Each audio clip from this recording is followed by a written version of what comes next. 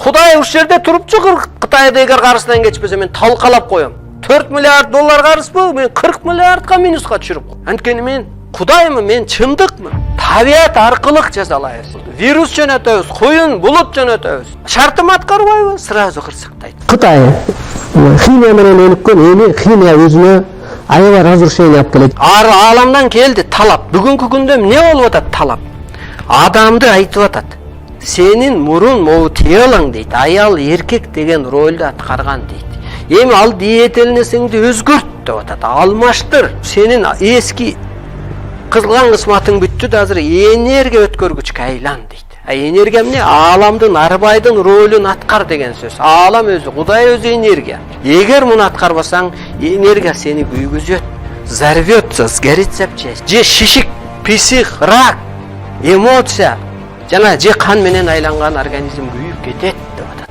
Кытайды куткарабыз биз. Сенин оордуң могу. Сен ушу майда түйшүктөн адамзатты куткарсаң, анан сакталасың. Чөгөлөп кел дейм, чөгөлөп. Сен чөгөлөп келгиче Кыргызды тааныгыча улуу эл экени. Мен экологияң менен сен экономикаң ушунча баса берет. Мен ушинтип эле условия коем. Шартым аткарбайбы, сразу кырсыктайт. Мен эмне менен башкарам? Инопланеттан периште арбайт, табиат, от, суу, таш, аба. Оттон эмне бар? Жан, рух бар. Ошолор менен талкалайбыз.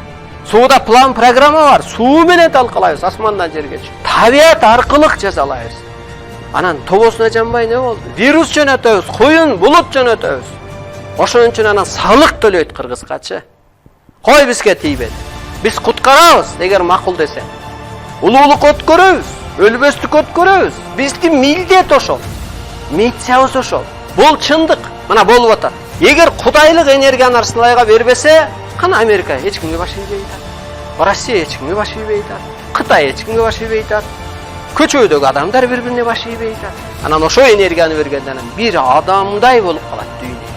Алам эч качан жалган айтпайт. Бул аламдык билдирүү. Аламдан эмне айтылды баардыгы болуп атат. Келиңиздер, жаныңыздарды алыңыз же өлүп калыңыз.